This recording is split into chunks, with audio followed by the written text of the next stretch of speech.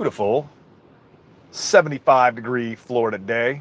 I decided today, instead of just doing a pre-planned video, that what I'm going to do is do a little bit of debunking of some of the crazy things that are kind of floating around out there on the internet that you may be seeing. So, kind of what I want to start off with is you see all these, something super like close to my heart. You see all these black helicopters flying around, right? You see black helicopters that are flying in cities, and you see black helicopters flying like low and doing all kinds of crazy stuff. And people post stuff on the internet talking about how the Army is planning on invading America with this. And here's the biggest thing that I want to tell you about. So, first off, whatever the color of the helicopter is, if it's black, if it's green, like my helicopters were in the Army, whatever the color is of these helicopters, we're training. That's what we do. To train for urban environments and stuff like that, and to train for ship takedowns where we fly behind the ship and offload a bunch of guys so they can get on there and do what they're going to do. That's how we train for these things. I mean, you know, a lot of times simulators and fake training can only really do so much, where we actually have to get out there and make this stuff happen live. Got to do it for real. So the way we do that is by training in urban environments in America and training in real life scenarios with the real life dudes we're going to be doing that stuff with. So that's the big deal there. I mean, you see these videos all over the place where it's like, oh, look, I got this cool super secret video of these black helicopters that are like circling this boat and something's going on and it's crazy. It's training. It's what we do. It's the best way that we get good at what we want to be good at, which is being able to take down ships and being able to, attack in urban environments. Because, hey, Paul, what's up? One of the best things that we do is attack buildings from above, where, you know, most people, when you look at a structure, they're prepared for an assault from below, because nobody expects a helicopter to land on the roof and deliver some dudes from above. Because then the case is we've got you pinned in, where if you're in the middle of the building, we got guys cordoning the bottom of the building so that you can't get out. And then we start assaulting from above. Now we got a problem. You have a tactical situation on your hands that is not good for you. So, hey, thank you guys for showing up. I wanted to add too on top of this. If you have any questions that you want to ask while we're talking, I'll break to them and we'll discuss whatever it is you want to talk about. I'm just kind of doing a free-for-all Friday where we can just talk about whatever you want to talk about. So ask the questions and we'll have a discussion and I'll answer them on the spot right now. So yeah, back to this black helicopter situation. So we have some special units that like to practice these things. You can Google them and find them. I'm not going to say a whole lot about them, but that's one thing that we used to do when I was a helicopter pilot in the Army a ton, is load these guys up and go get real training, where we take some of our other soldiers and they pretend to be bad guys and we go where they are and do what we're going to do. And that is what you see when you see all these videos of helicopters flying in like Miami, and you've seen it in Chicago and all these other places. That's actually what's happening. So that's the first big thing I want to talk to you guys about today. Like, don't be alarmed with that. That's regular day-to-day stuff for us. I mean, that is, you know, it's kind of one of those things where those training events are what make us the most agile military in the world. So when you see that, don't even worry.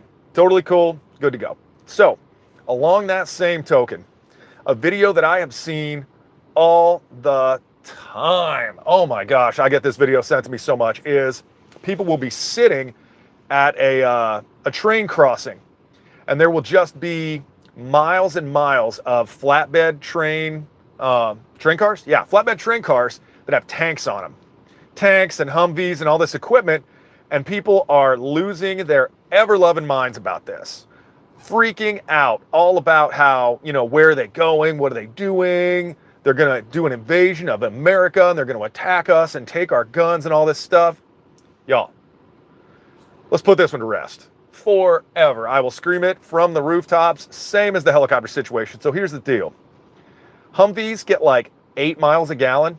Our modern battle tanks get even less. They get almost nothing. It's like, I mean, they're run on jet engines. It's like 2.5 miles a gallon these things get.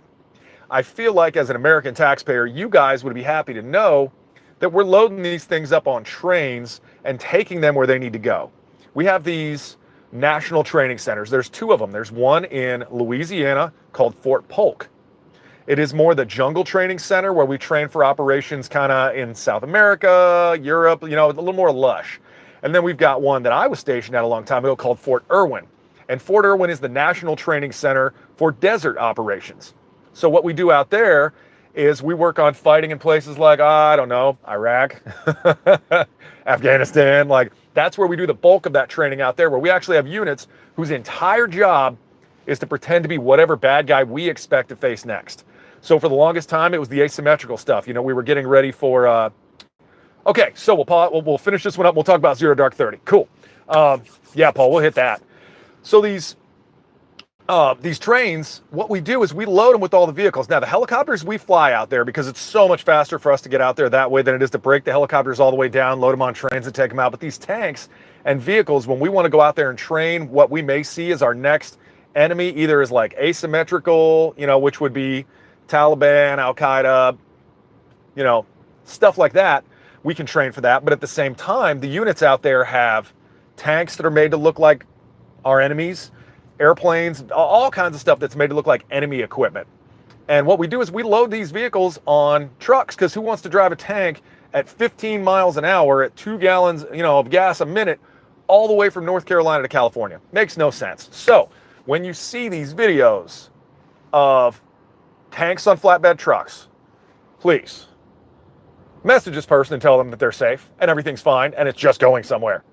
Oh, it drives me nuts. Okay, so raid on bin Laden, the Zero Dark 30 raid. I think from flying in that part of the world that our ability to pull that off is absolutely amazing. Helicopters, whether stealth helicopters exist or not, I can't speculate on that. Maybe I can. We're not stealthy creatures by nature as helicopters because we make a ton of noise, especially the Chinook. I mean, Chinook's coming from a long distance off. You can hear us from miles and miles away. And same thing when it comes to our radar signature.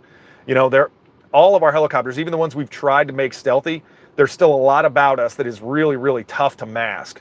So our ability to fly into Pakistan, land there, you know, run a raid that took about an hour-ish and load up bin Laden to get the heck out of there is, in my opinion, pretty darn cool. I mean, I think that it shows what we're fully capable of in terms of what our special forces can do.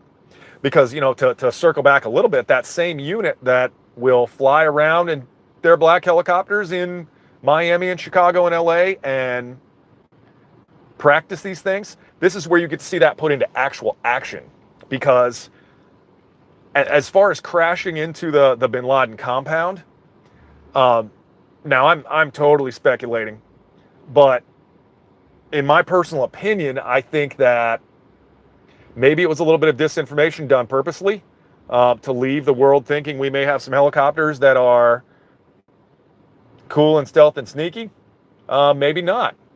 And to be able to do that, to kind of throw some disinformation to the universe and say, oh, America's got stealth helicopters.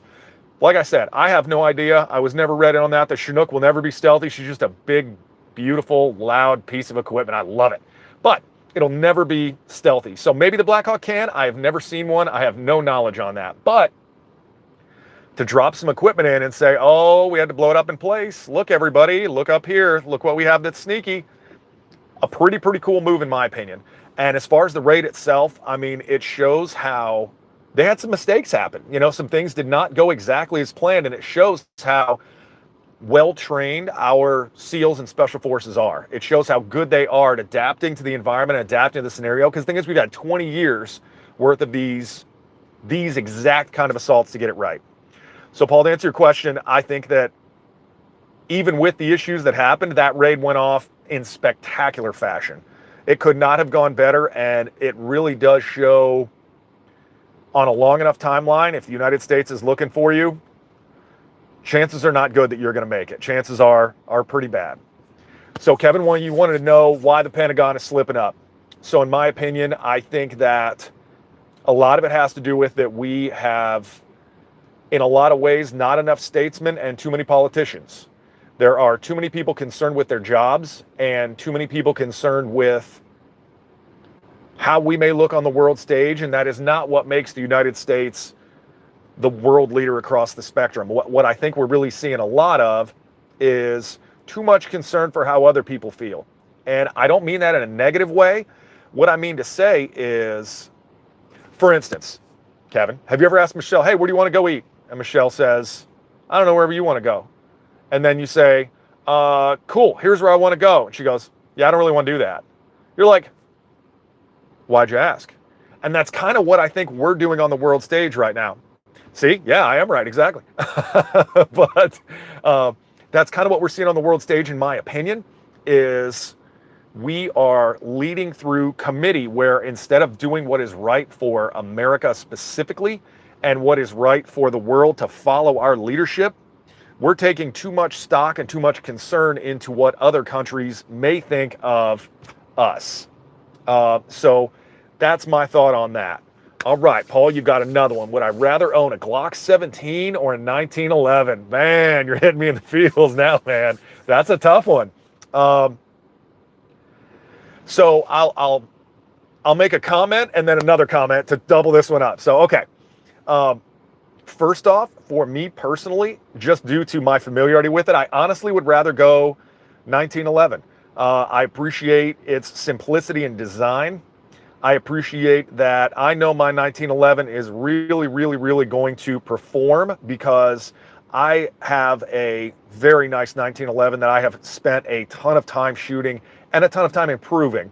So 1911 versus 17, I'm giving the edge to the 1911. The 17 I really like. I am a big fan of Glock pistols across the spectrum because if you want a pistol that is going to work every time, that you don't have to over-maintain, it's really nice. And as far as I think you can kind of be in the middle of the spectrum when it comes to the 1911 as far as spending money on it. You can go, like Kevin's saying, asking the questions. I personally like the old school Colt 1911A1.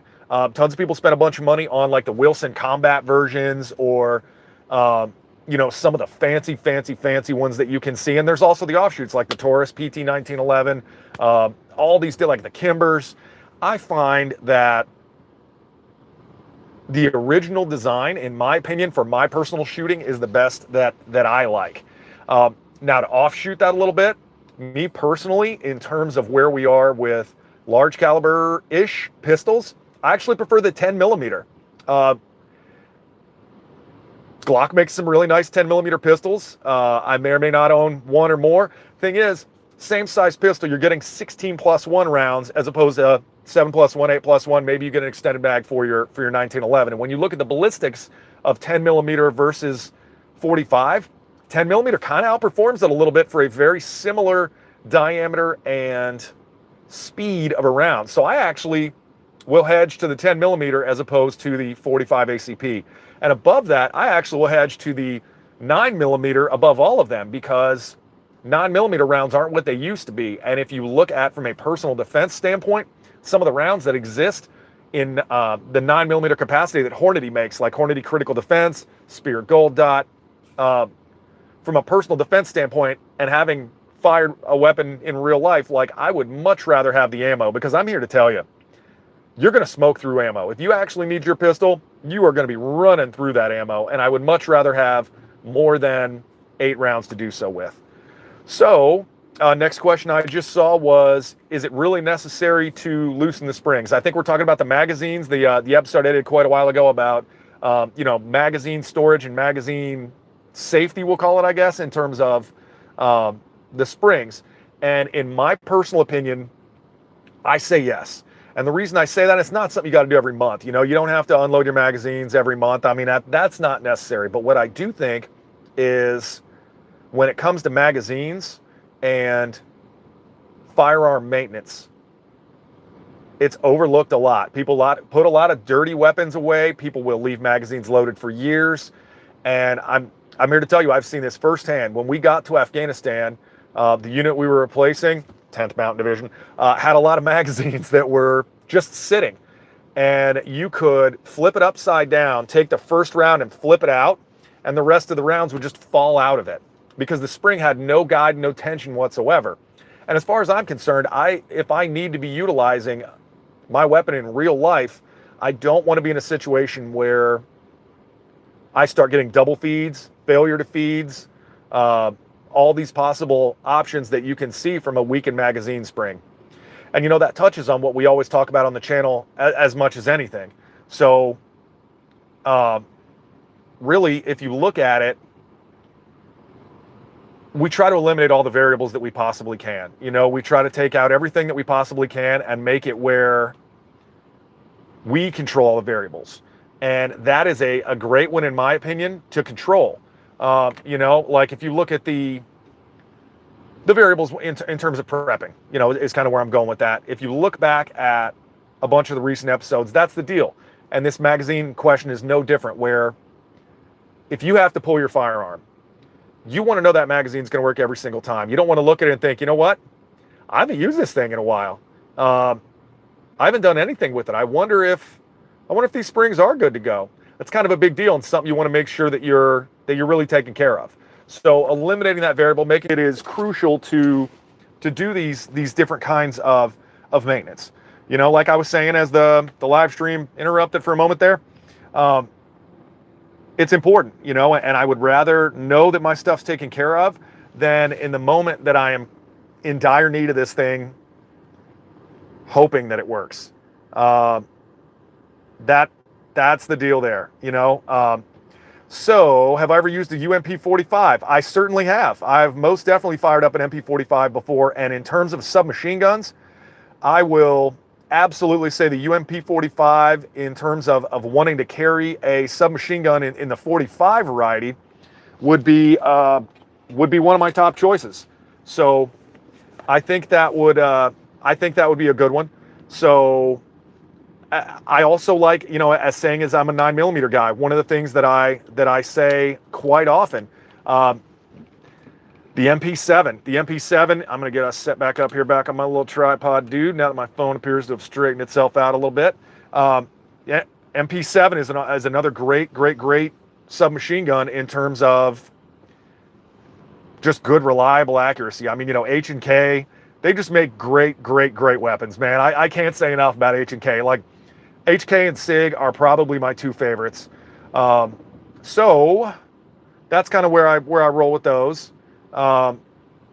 In terms of a good pistol for fibromyalgia and arthritis, I would go.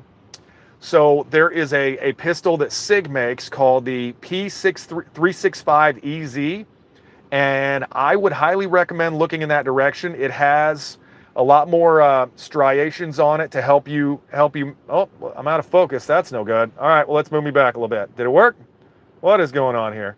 We got all kind of technical things going on today. But the UMP-45, not UMP-45, the SIG P365EZ is a really good option if you have issues with the strength to rack the pistol, because they kind of designed it in mind with people that may have arthritis or issues like that. It's a little bit softer of a buffer spring, so it's one of those things that you should, in my opinion, have an easier go of it. And what I would recommend is go to the gun store that you frequent and see if you can get your hands on the 365EZ, and just try it out a couple times. See what it does for you in terms of trying that out. I would highly recommend it. And that's kind of where I feel about that. So a really great option. Plus, SIG makes amazing pistols, and if you have the opportunity to give it a run and see how it feels in your hands, that is always, in my opinion, the best possible thing that you can do. So I kind of want to touch on another topic that we hear all the time, and this lovely topic is the issue of chemtrails. All right, let's break this thing down. So, Act of Valor is an awesome movie, and I have seen it. Did you know those are real Navy SEALs in that movie? True story. Yeah, real Navy SEALs, and I've actually met one of them. Cool dude. These chemtrails. So, y'all, chemtrails are not real. It's not something we do. It doesn't work. what you're seeing when you look up at altitude and see airplanes that have these white streaks behind them, those are called contrails. And what a contrail is, the wing of the airplane is acting on the water vapor in the air and condensing it. And when it condenses it into a visible form that you can actually see. These are called contrails. And what you can do, if you look back at pictures from World War II and look at these mass formations of B-17s flying to Germany to bomb the heck out of Hitler, America, what you'll see is most of them have these white trails behind them. We're not cloud seeding Germany. We're bombing the crap out of it. Like, that's the deal with these things. Chemtrails are not something we do. During my entire time in the military, we do not have, in any helicopter that I have ever flown, a button that says chemtrails on it. I promise. I promise. Anytime you go to an air show, look around in those things. We don't have a button for that. We could make one, but we don't have one. I would love to mess with people and make that happen. Just a little button where I'm like, hey, y'all, look, there it is. There's the old chemtrail button. But it doesn't exist. So that's the next thing. Chemtrails not real.